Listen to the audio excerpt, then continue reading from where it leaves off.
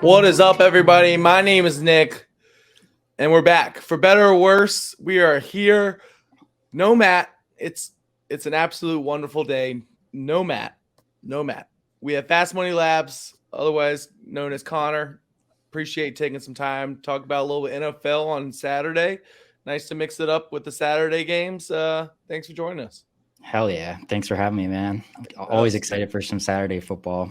Fuck Although yeah. it's bittersweet, man, because it always indicates the end of the season. So That it does. Fantasy football playoffs are happening, so good luck to everybody, including myself, except for my opponent. Hope you lose by 100. And we got bowl games. It's so much to talk about, but we're really just going to dive into the NFL for today. Obviously, I'm at my vacation home. No big deal. We'll be back to normal tomorrow. Yeah, tomorrow. When you're watching this, it'll be tomorrow. But let's get right into these three games. So first up, we got the Colts at the Vikings. The line is Vikings minus 3.5. A little bit of a trap game, it looks like, just on paper. The line opened up at -5, but Connor, why don't you get into it and kind of tell us what you're seeing as far as the money and the line itself and how its movement's working. yeah. So something I always like to look at, and we could debate how valuable this is, right? But I like to look at the split between the percentage of bets and the money. And in this case, it's playing out like they call it pros versus Joes. So the majority of bets are on the Vikings to cover the spread. 67% of the bets, actually. So 2 out of 3. Yet the line moved from 5.5 to 3.5. So that tells you the majority of money is likely on the Colts, and that's what's happened. So 67% on the Vikings to cover, but 67% of the money is on the Colts to cover. So begs the question, why, right? What's going on here? And I think, my take, and I'll pass it to you in a second, Nick, but my take is the Vikings defense is pretty much trash, right? They've ranked towards the bottom. They just got walked over by the Lions. And the thing about Matt Ryan is Matt Ryan really sucks under pressure. He has one of the worst quarterback ratings under pressure, but in a clean pocket, he does okay. He performs about average. And the Vikings are not good at getting pressure on the quarterback. So I think that this will be a closer game than expected. I think that explains the spread, but I'm with you. It's never comfortable to back the Colts, so I'm not necessarily giddy to do that. Yeah. Look, I'm probably going to avoid the spread overall, maybe live bet it. I really want to take the Vikings, but it's something that it's a little tricky. They're frauds. They're absolute frauds. I refuse to lose more money on them, but maybe there's a player prop that we can go after. I know you brought one up, and I kind of agree with you as well. Why don't you go over that player prop? Yeah, so looking at how the Colts defense performs by position, it's something popped out on Football Outsiders DVOA rankings. They ranked 27th versus the number 1 receiver on the opponent's team.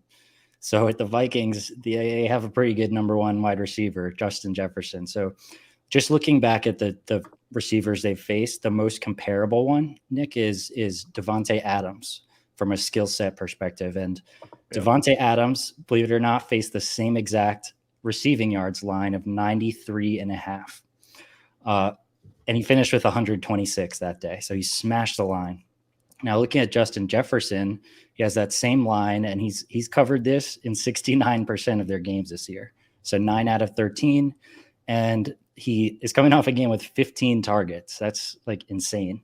And he went over 200 yards last game. So I think it'll be close. The market signals indicate the game should be closer than expected, which lowers the blowout risk and boosts the chances that Justin Jefferson's going to cover this.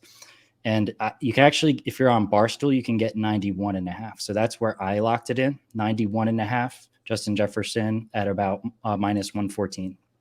Yeah. Yeah, I mean, because FanDuel right now is 93.5 at -113. So definitely worth, especially if you're just going to play that line, getting those extra 2 yards if you have that book available. I agree with you. I mean, look, I think the game's going to be close overall. never bad betting Justin Jefferson to get receiving yards. He's their main weapon. They do have a boatload of weapons, but I mean, he demands targets as he should, and he gets them, and he's got production to show it. 69% covering on the year. I mean, I'd love to hit 69% of my bets all the time, so that's fine with me. And other than that, I think I'm really gonna avoid this game. I would lean Vikings minus 3.5. It just seems a little obvious. And the Vikings defense, as you said, that's the real problem. Because if the Colts can get the running game going and really keep the Vikings honest as far as their pass rush overall, Matt Ryan should have all day to be able to pass and do a decent job of picking them apart. I don't know how much Matt Ryan still has left in the tank. Nonetheless, he's their quarterback and probably their best option overall. So I don't blame him either. But it looks like a gross game. It seems a little obvious with the Vikings minus 3.5. The line movement and the money scare me a little bit. This might be a situation where a live bet, but I'm going to take that 93.5 with you. I agree. Justin Jefferson, love watching him play. Definitely going to watch the game somehow. Got to bet something. That seems like the play to take. And one last thing, if you'd like the Vikings to win, I just want to mention this. This is not really super relevant, but the Vikings haven't beat the Colts, Nick, since 1997. They only play once every 4 years, and the teams have totally changed since they last played. But I just found that interesting. 1997 is the last win versus the Colts. Definitely interesting. Probably a lot more interesting than our next game coming up. It's the Ravens at the Browns.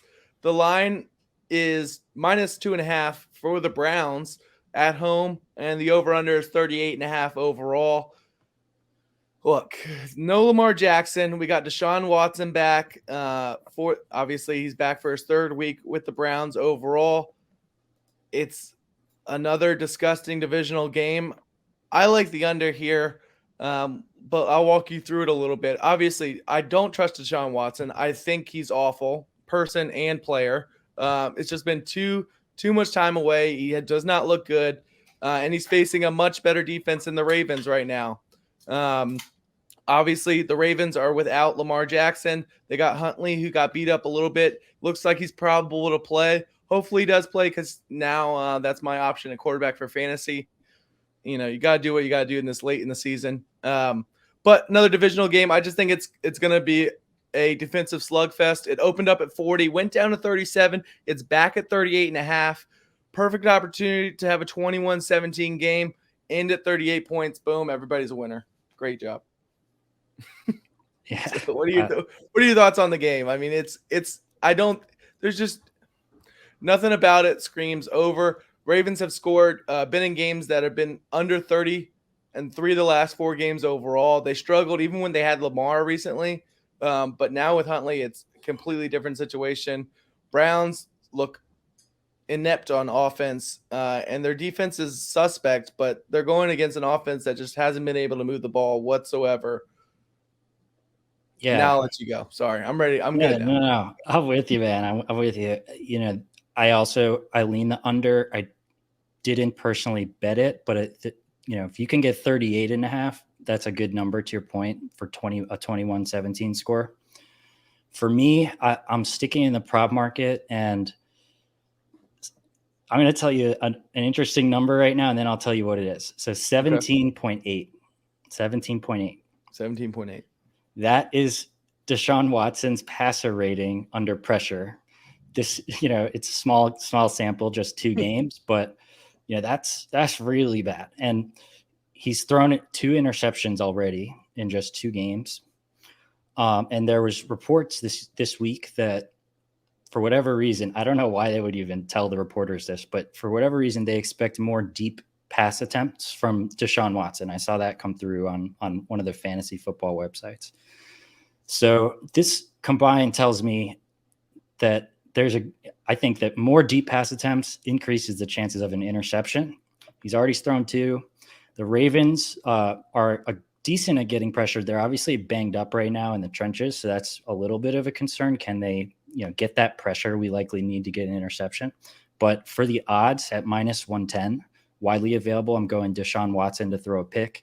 I love these props because you're alive till the end, right? Even, if it's a blowout, either way, it's still possible you get an interception. And he could also play well, and just all it takes is a tipped pass. So love the different paths we have to cash this ticket. On the interception, I'm going Deshaun Watson to throw a pick. Yeah, that's minus 108 on FanDuel. I haven't really checked other places. I know you mentioned minus 110. I don't hate that either. Great point as far as the blowout potential, or as long as you're on the right side of, the losing side, I guess, as far as the Yeah. quarterback, you definitely have potential, especially late in the game. Hail Marys, first, second half, at the end of the game. There's so many opportunities to get it, and he's done it in this one in each game back versus defenses that are a lot worse than the Ravens overall. And great point as far as, the Ravens love to bring pressure. They're going to bring unique blitzes with their linebackers and so forth. And, they have great physical corners and a secondary overall. Should be able to get an interception there, and it'll be a good, fun sweat. So I don't disagree with you. Do you have a lean as far as the game? I'm kind of I want to take the Ravens. You want to take the 9-4 team, the better team, the playoff team. I don't trust Deshaun Watson, but with this whole Huntley thing and the lack of offense overall, I'm just staying away from a side. I didn't know if you had an opinion overall on the game, though. Yeah, I mean, I just looking at the coaching, I don't know. I like John Harbaugh. I feel like he always has his team prepared. Doesn't matter who's at quarterback. So but at the same time, I do respect these market signals. So 66% of the bets are on the Ravens, but more of the money's on the Browns. So I actually, I just advise not playing that spread and just, sticking to the prop market or taking the under. So I really agree with your under pick there.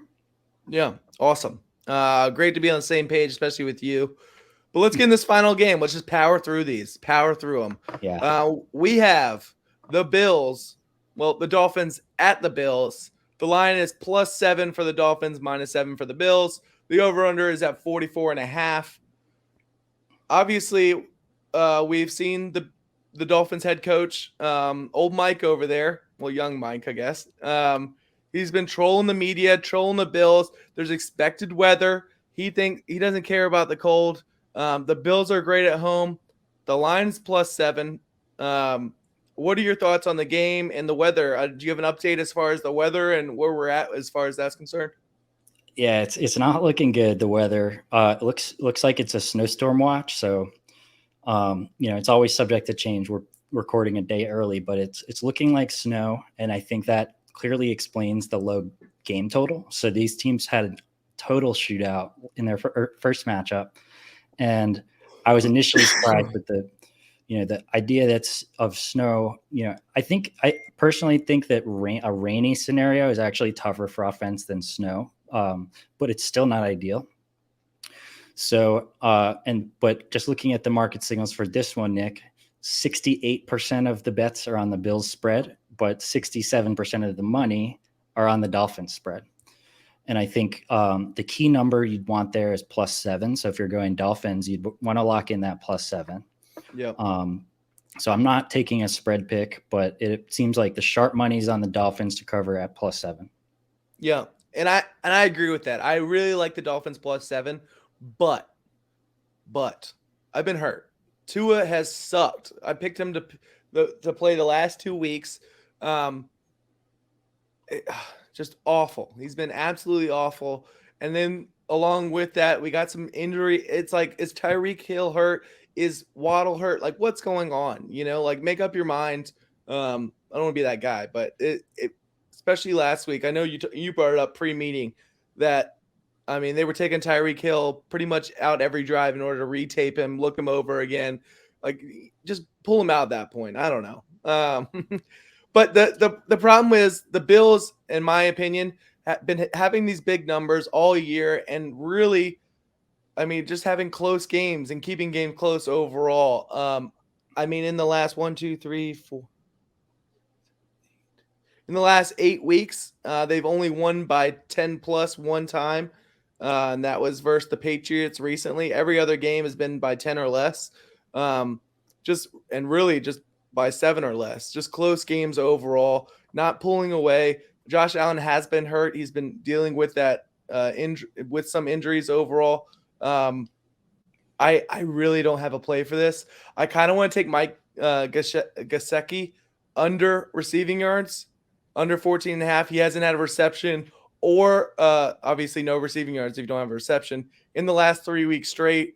He only had one reception for 8 yards in the first time they played, but it's just super sweaty. And I've seen a couple articles how they keep mentioning it and bringing it up. So I feel like they might force it to him, especially if there's bad weather. That's something that's going to limit the offense as far as, how far or where you're throwing the ball. And I feel like shorter passes are going to be coming into play, and passes to the middle of the field to your tight ends, probably something that's going to come into play.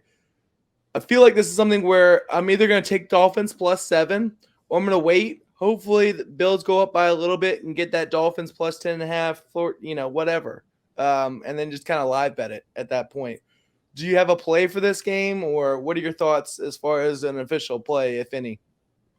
Yeah. So, I mean, at first, I'll just walk through my process. So at first, I looked at the board and I thought Isaiah McKenzie's receptions line is like ridiculously low, 2.5 this week.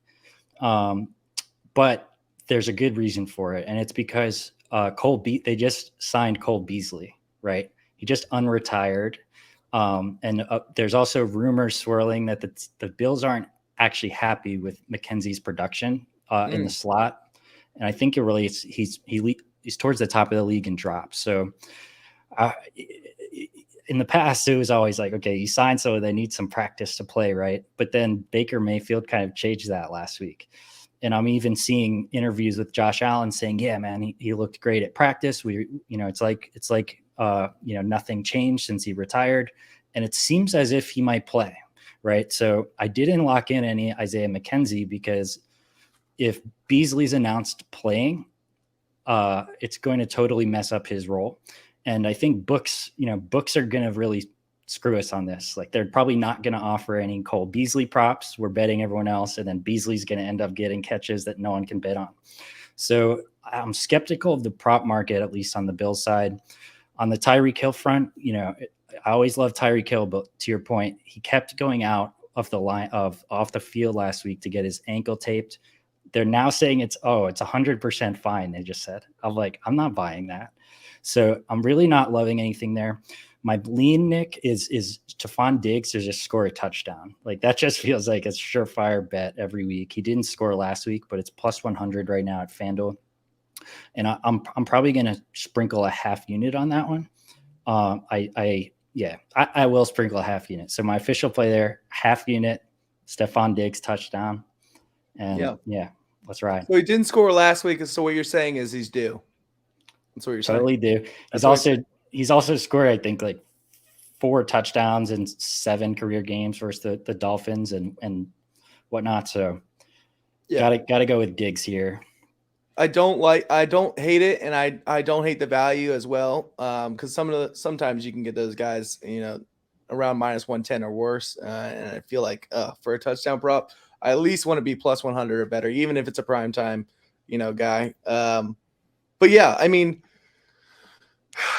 yeah, that's really it. I can't think of anything else I'm missing on that game. I feel like I can't do it. I can't do it to myself. I want to talk myself into taking Dolphins +7. I can't. Tua has hurt me. He sucks. He absolutely sucks. And that's the last 2 weeks. And have I been watching him mainly in the last 2 weeks? Yes. Get over it. I don't care if you're a Dolphins fan. Tua sucks. Prove me wrong. I mean, it is what it is. I'm just going off recent stuff. It's just been bad, really bad. I'll give him a pass on the 49ers, but last week over the week before, oh my God, I'm getting my weeks messed up. He was just bad the last 2 weeks overall.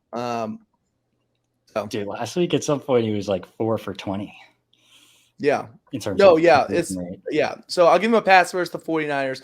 Last week, didn't want to mix them up. He played the Chargers, 35% completion. I mean, for the whole game, it's off. Like, that is not what a quarterback's supposed to. He was really, really bad. He was like 2 for 14 or something ridiculous to start. and it didn't get much better afterwards. But Yeah. I'll get so flustered talking about him. Go ahead. Yeah. Oh, you also mentioned the prep meeting, Josh Allen rushing. Like he went off first.